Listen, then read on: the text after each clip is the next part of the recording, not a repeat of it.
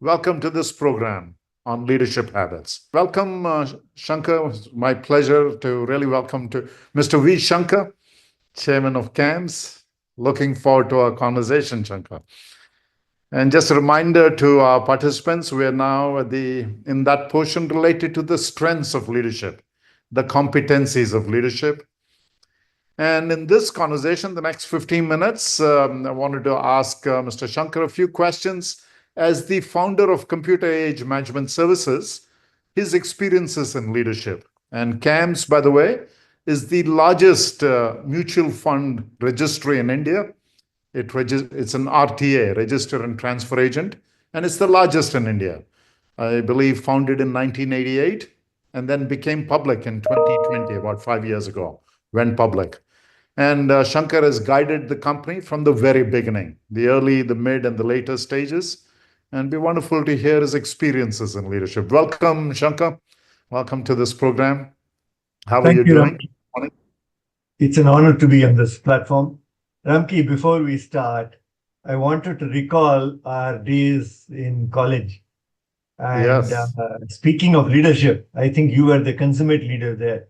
I think I have seen many an occasion where, without a word, with just an or some such grunt, you would get your way done. Amazing leadership. So, yeah, you're the right person Thank to you. be Thank leading. you, Shankar. Appreciate that. No, I really appreciate that. I remember you very well from college days. You were very much into music, sound systems, right? And Still you were are. your own person. I Yeah. really see you as someone who was his own person. You did your own things, right? Yeah. And I think that continued. You were actually very interesting. You worked only a few years in corporate India and then started your own, right? How did that happen? When did you start? What made you start CAMS? I think it was not so much an urge to start Yeah. as an urge to leave. I think I figured out that corporate life was not my thing, really. As you Okay. pointed out, uh, Uh-huh. since you're going to be talking about leadership, I think professional leaders, they grow up in a certain environment where, on the one hand, you have support because you Yes. have, experts in various fields, departments, etc., to help and guide you. At the same time, you're constrained because of those very same things. You're constrained by the views of others around you, by the necessity to follow certain processes, etc., etc. So, that combination works for a lot of people. I guess it doesn't work for a few people. It didn't work for me. That was Ah, okay. Okay. You found it constraining. I Yes. found it very Yeah. constraining. And so, as you look at that, then how does an entrepreneur as leader differ from an entrepreneur, but a corporate executive as leader? What do you feel were the differences? I think that is at the core of the difference. I think that entrepreneurial leadership, at least in the earlier stages, is a little bit like yours. Uh, all the things that they teach you about professional management, you just have to throw them out of the window. For Uh-huh. example, for example, uh, the founder is probably the sole serious manager at that point in time, or serious leader at that point in time. There probably aren't other people who are his peers or even close to being peers. So Yeah. naturally, all decisions gravitate to him or Yeah. her. Not to mention that the skin in the game is hers and his, which is so rightfully the decision should be that person's also. So, in other words, every buck stops with you and it's your buck. Every buck stops with you. It's your buck. You have no liberty to say that somebody told me and it was somebody's advice and a meeting decided. You can't do all those things. The You buck can't just blame stops. others. Yeah. Yeah. Yeah. Yeah. And there are collateral sort of qualities that come out of that. One is that you need to know a lot about every aspect of business. It could be something as mundane as legal or accounting, but Yeah. your neck is on the line. You need to know what the agreement means and not Yes. rely on somebody's interpretation of it. Similarly, with accounting and compliance and all the things that normal leaders leave it to departments or experts to do, you have to own Yes. them and be yourself. So, not to Yeah. mention your core competence, which could be tech, as was my case, or it could be product design, or it could be marketing, or whatever is your core competence. That of course goes without saying is yours anyway. Yes. Yeah. So yeah, I think entrepreneurial leadership, I will say, is leadership by hustle. Right? It's really hustle, and Uh-huh. in the hustle is led by a conviction. You have a Okay. conviction that what you're doing is right and will succeed at the end. And Yeah. you don't really care about other people's opinions at that point in time. Not too much anyway. You don't care too And much. how do you develop that conviction? How do you even know that? There's a lot of doubt initially, right? How did you develop that conviction that what you were doing, which is in the mutual fund industry, I guess, right? Yeah. So it's a good question. See, as I said, my initial conviction came from the fact that I was not suited to corporate life. That was my conviction. Okay. And the second part of the conviction was that, that was a time when computers had just come, PCs had just come to India. And Yeah. we had one of the first PCs in our office, and it was a tourist destination. People would come just to see the PC. So Uh-huh. Okay. so yeah, it was my conviction that computers would have a great deal to play in the life of human beings going forward. That Uh-huh. was my conviction. How exactly it would play a role, etc., was still evolving. It was something that I guess we figured out as we go along. So Yeah. mutual funds is the end game. There was a period of almost 7 or 8 years where we tried various things, twisted and Ah, turned, tried things that failed, tried things that did not fail but could not scale, and so on. okay. Till finally, we came across this, which turned out to be an appropriate use of technology, somewhat disruptive game changer, and also turned out to be ultimately highly scalable. So I it's a see. trifecta of things that coincidentally happened in the course of our serendipity, I will say. In the course of Okay. our twisting and turning, we landed upon this. But I guess the one thing that we did right was having landed upon this, we recognized the opportunity for what it was, Uh-huh. gave up everything else, and singularly focused on this. To Okay. grow. It was a big Okay. bet, could have failed. Okay. Luckily, Okay. So in some ways, the first 7 years is great persistence in trying out different things, correct. and then great focus on Yes, focusing on absolutely. one. Absolutely. Wow. So it's almost opposite capabilities, right? Experimenting and then focus. Yeah. Wow. Very interesting. Very interesting. And then, so that's the early stage of the company. What do you think were the key leadership skills needed in that stage till you reached mid level? See, I think to have conviction is one thing, but Yeah. then to transmit that conviction to people and make them work for you for not so much money, but more for the sort of joy of sharing in the vision and the little successes that we have from day to day, Uh-huh. getting them to join for that and for the challenges they face. There were immense challenges. Uh, And, when we had 10 people, four of them stayed, five of them couldn't take the challenges and they left. But what happened was this process of natural selection led to uh-huh. a really very robust structure from the Uh-huh. beginning. Some of the people who joined in '88 are still with the company. I Wow. mean, they will retire Wow. soon, but they're still with the company because they Yeah. enjoyed they looked at themselves as co-founders as much as I was. Okay. That's Transmitting a that real feeling core. that you are a co-founder along with Uh, everybody else and you uh, own your little bit and you are responsible for it. I think that is uh, the challenge of leadership. One, okay. Okay. Motivating people. Yeah. motivate people, yeah, Yeah. motivate people to be leadership. The second, I think, as we grew a little and I felt the need to have near peers or peers Yeah. working with me. The question is that as an unknown brand, as a company that can barely afford that person's salary, Yeah. and you're really, I mean, asking somebody to give up a career working somewhere good Yeah. and Yeah. join here without knowing what the future holds, because at that Yeah. time, it was not absolutely clear what the future would hold, Yeah. and that was a difficult sell. That was a difficult Okay. sell, and that Okay. really, I mean. Yeah. Probably that was one of the challenges, getting the first 3 or 4 people to join us. After the first 2 or 3 people joined us, it was okay because Uh-huh. incoming leadership would see a bench of leaders Yes. and they would feel Yes. comfortable, joining that group. Okay. Okay. Very interesting. And then mid-size, as you became bigger, what were your leadership challenges as you became bigger? So, see, my as I grew, Yeah. the question is, what did I keep with me and what did I give away to other leaders who joined? So that is the question Yes. here. I have never been good at client relations. to be honest. Okay. I mean, I see. I would deal well with the relationship with the opposite side CEO or something like that. That I would manage extremely well. But the Uh-huh. day-to-day nitty-gritties, and we are an extremely operational, execution-intensive business. There are problems that happen all the time, and there are heated word exchanged all the time, and that needs a certain level of diplomacy to Uh-huh. handle, Patience. and Yeah. patience and diplomacy to Yeah. handle. And I'm Yeah. very short of that. I'm very Ah. short of that. So that was one of the first things that I figured, that if for the sustenance of the business and for the growth of the business, I Yeah. cannot be the day-to-day operating face of the business. So that was the Okay. first thing I gave away. So Okay.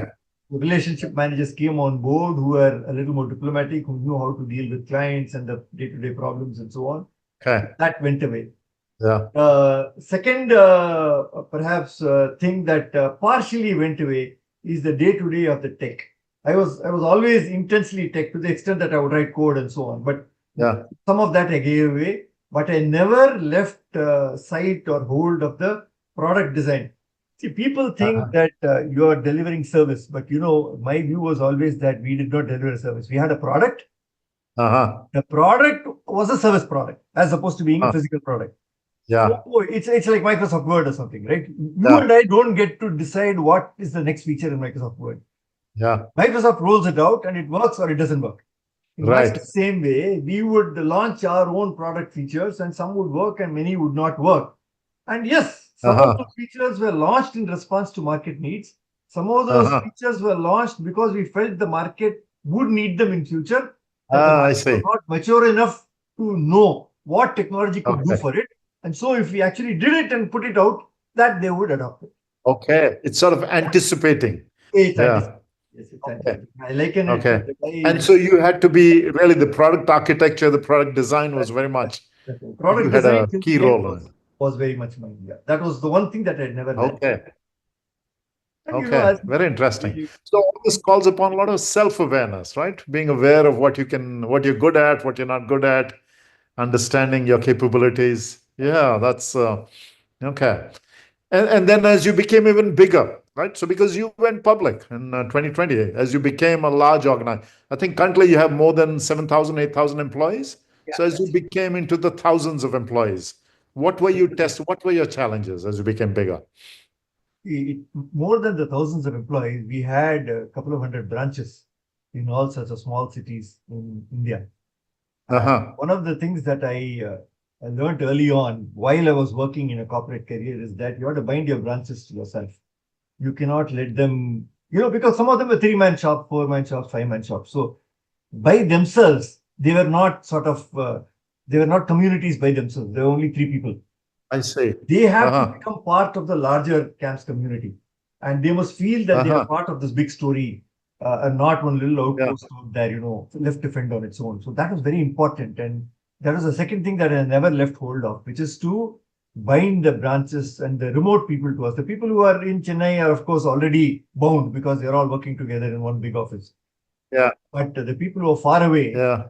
I used to go there very often. I used to bring them home. I used to have regional meets, so on and so forth, just to make sure they felt part of the family and felt Okay. cared for. And they felt that if they had any problem, we were there to help them. I think that was the second big thing I never left. Okay. Uh, So it's creating that culture by actively engaging with them. I see. Very interesting. Very interesting. Is there any tip you could give in terms of how a far outpost, a branch, could really, is it selling them on the vision? Is it, what are some key tips on making that happen? for example, I mean, I don't know, instead of making it a principle, or I will give you an Yes. example. Yeah. I would always go to branches and tell them that you are the face of our company. And Uh, for the local guy there, he does not know what is camps somewhere in Chennai or wherever. He knows. yeah. Let's take a small place in Bihar, or let's take a small place in Yeah. Assam. He's probably never even heard of Tamil Nadu, Riverside, Madras, and camps.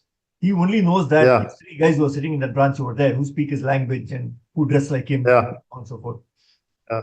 So to him, I would say, and based on those three people and the trust they have on those people, they're investing money in some mutual fund, which also they've never Yeah. seen in their lives, which is headquartered somewhere in Bombay, etc., etc. So everything is Yeah. on trust.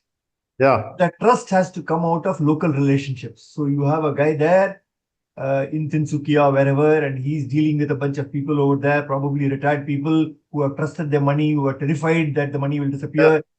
So, to develop the relationship with those people out on the ground over there, we need to give them the confidence that, we are there behind them, that we are Yes. not going to go away one day and leave them holding the baby. So, Yeah. do all of that, and also to this customer, to be sensitive to customers' needs. Yeah. So to be the face Yeah. of the company, and to sort of Yeah.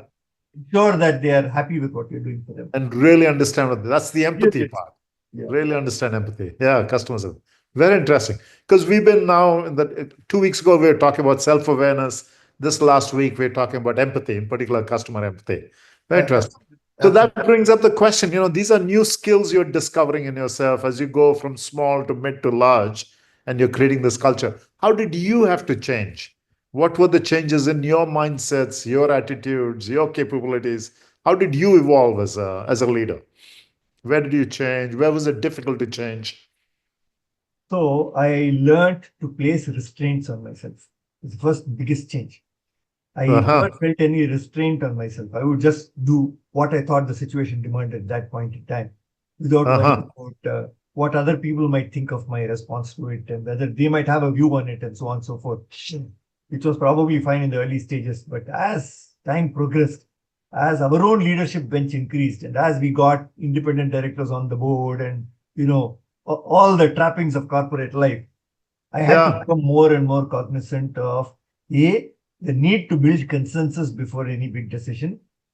Uh-huh. Even if even if they agreed with me, they would like to be consulted, and, the agreement to be obtained officially than post facto. Obviously, everybody would like that. Right.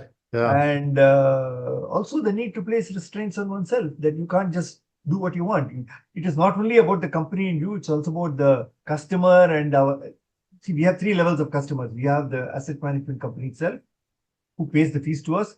Then we have the investors of that asset management company, who are Yeah. actually, without knowing, unknowingly, they are our customers. Yes. But anything that we do touches them. Yeah.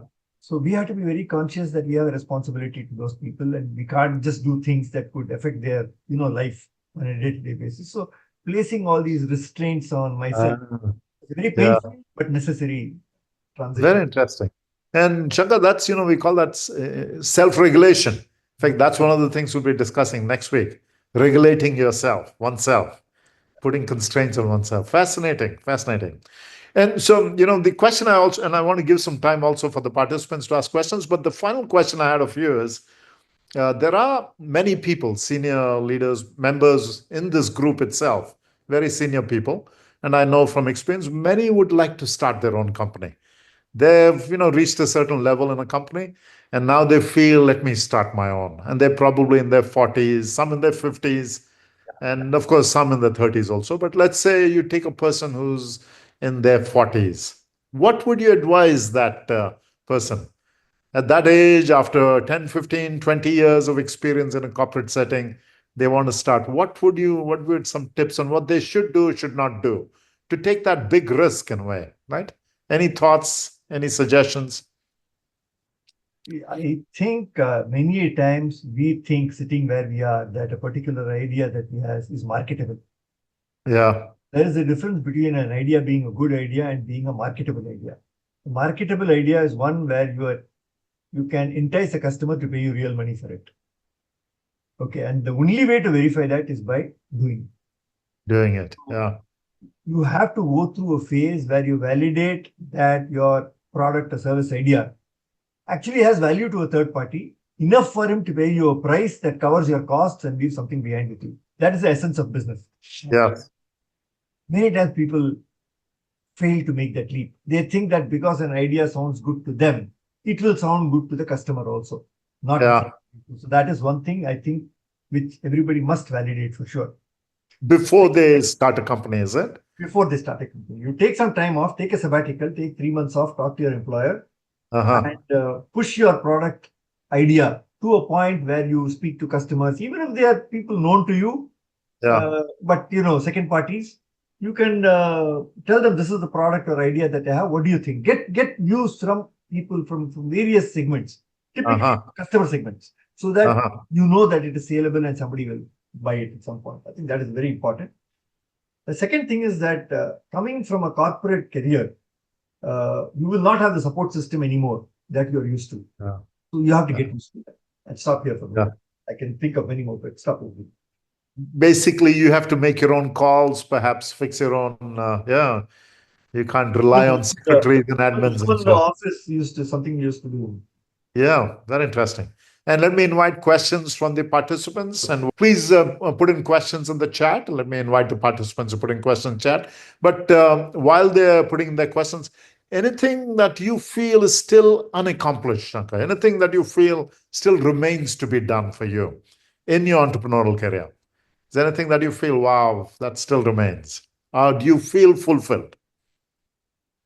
In a sense, I do feel fulfilled to the extent of the primary or part one of the mission that I had, which was to popularize investment culture, savings culture through the vehicle of mutual funds. Through whatever we can do in terms of good service, good product, etc. But Uh-huh. the second thing, which was that there has always been a huge market for what we do outside of India. Uh-huh. And Okay. we never, things were so hectic in India, and perhaps we did not have the management bandwidth, and which is also my failing, that we never really launched a product in outside of India, which we could have done at some point. I see. That is a regret that I have, that I should have perhaps done it when The global part. I see. Now we have some questions from participants. Rajesh is asking, change is constant. How do you personally lead through significant challenges? Through an example of change, perhaps something that is difficult for you to change. Okay. I think there was a time when, it was a solely owned company for a very long time, for almost 10 years. Then we got HDFC, who was more of a strategic partner. They came in because their name added an enormous value to our company and Uh-huh. made us feel more robust to the outside world. So that I don't even consider them as investors. They never treated themselves as investors. They were So, just strategic partners, and we ran the uh-huh. company together.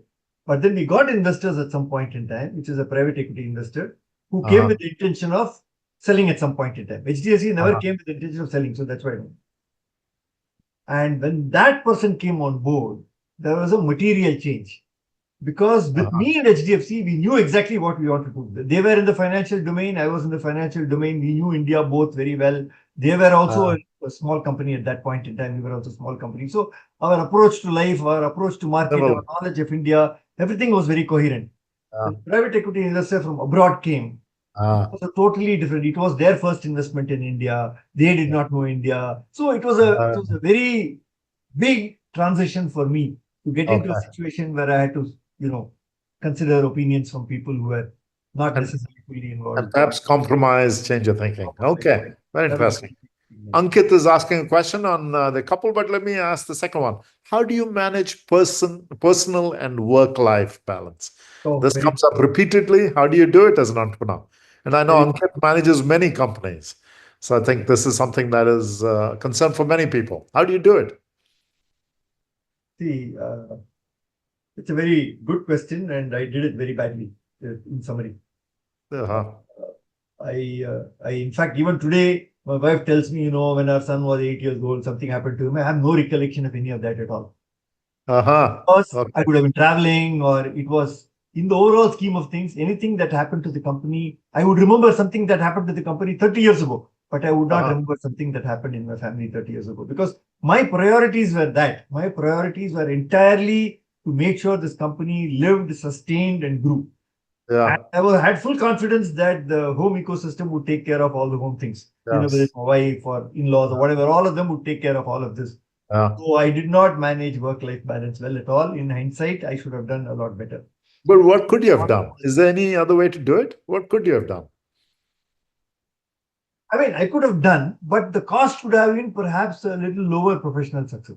That is Yeah. really it. At some point, you have to decide what is the balance. It's a very personal thing. I think I Yeah. cannot speak for everybody. Yeah.